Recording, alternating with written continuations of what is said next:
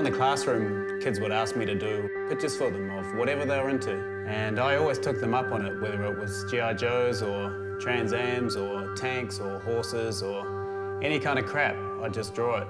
But the peak, or the grand prize of drawing in that era, was a classroom project drawing. And I got asked to do that every single year, apart from one year when my friend Roger got asked. He got to draw an enormous Viking ship, and I had to draw a crappy little Viking along with everyone else. It was then that I decided to up my game. So I took my drawing through high school, out of Auckland, and down to Wellington, where I made it my living.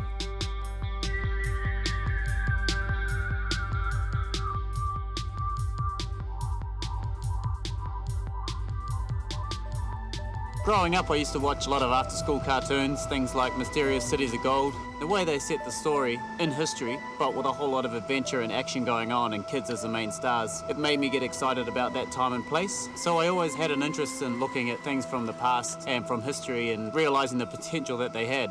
One day I was looking through a book and it was set in World War II, and I saw one photograph of a plane that was parked up on a beach, and the pilot was sort of walking past with his shirt off and his washing was hanging out on the line. I've been looking at the book because I thought, man, those planes are cool and flying around there must have been cool. Then I saw that and realised that there's a lot of living in there and there are people doing things and they had a day-to-day lifestyle as well. So I did a short comic about it. I talked about slogging it out all week and then on Friday deserving a beer.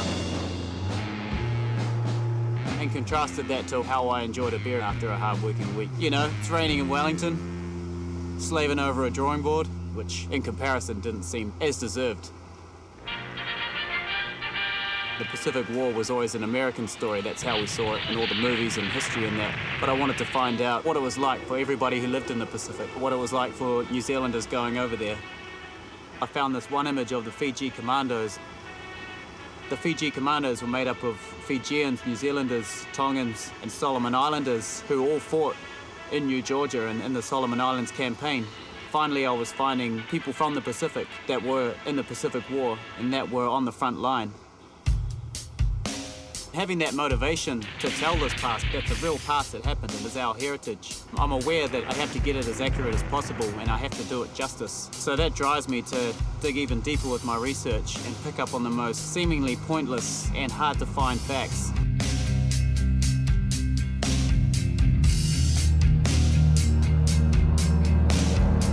Dogfight's the working title for the comic that I'm writing, which is an adventure comic set in the Pacific during World War II. Essentially, it's the culmination of all my research, applying that and creating a fictional story. I created characters, two friends named Isaiah and Bill. One's Tongan and one's from New Zealand. And they have two guardians, Ray and Roy. One's from New Zealand and one's from Fiji. I worked on a storyline that would enable them to travel through the Pacific and travel through that time and witness all these real events that happened. They run a small shipping business. No matter how hard they've been trying to avoid the war, through a series of bad luck and misfortune and random occurrence, they end up getting dragged further and further into it. Physically drawing work rather than just taking photocopies of images to draw later, that adds a whole lot into it.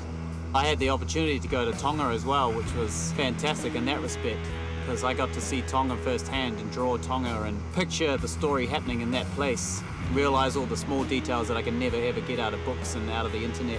I've built model planes as well, geeking out a bit there. They just help so much more because a picture's a picture and it's always someone else's angle, but when you have the object in your hand, you turn it around, you twist it and find the shot that you want. And that way it becomes your image more and becomes your story more rather than somebody else's. As I was working and researching, in order to help me start thinking more about a final product, I started setting small goals for myself.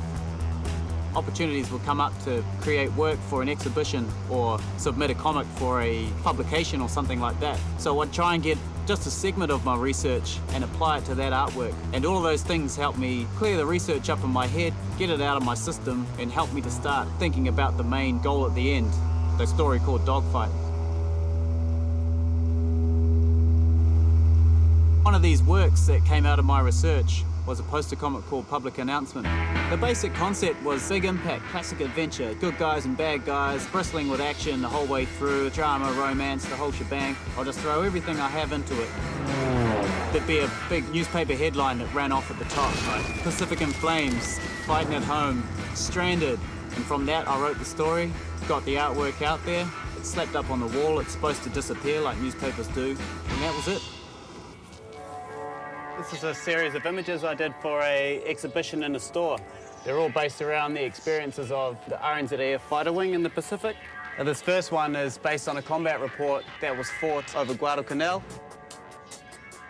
It's Flying Officer Clark here in his P-40 following 2 Japanese Zeros down over Savo Island, one turning away to the left and going up in a ball of flame while he was still pouring bullets into the other one. He said he got to about 300 feet above sea level before the other plane finally caught flames and dove into the ocean.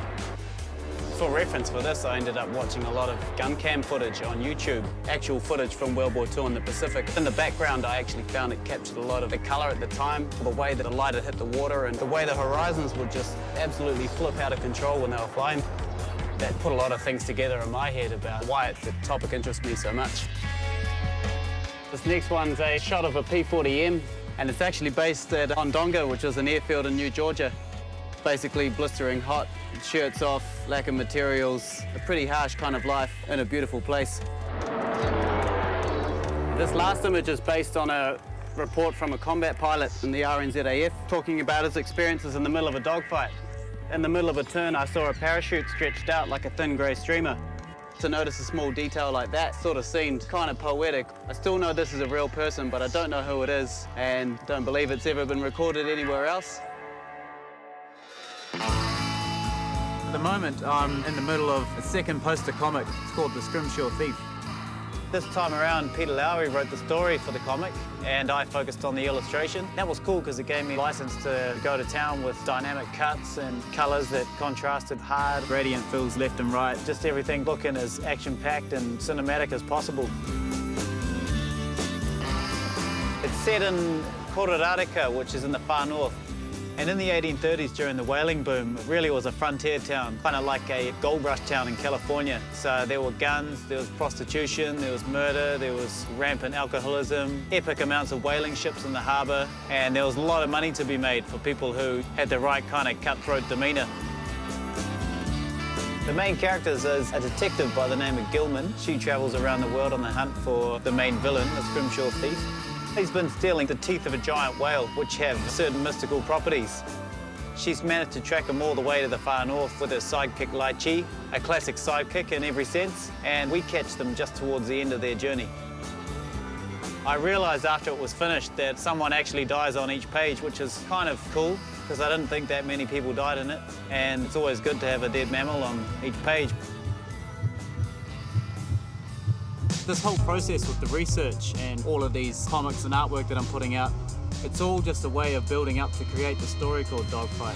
As a kid, all the stories and all the history that was exciting and that had young kids running around and doing amazing things was all overseas. So with Dogfight, I thought, why can't we have these adventures here? Why can't kids who are growing up in the Pacific and in New Zealand, why can't they see themselves in their past and see that it was alive? It's not just a static thing. People did things to create history. That's always been a constant drive for me, to keep Dogfight going, to make it as accurate as possible, but to allow these characters to really live in that past and help that past happen.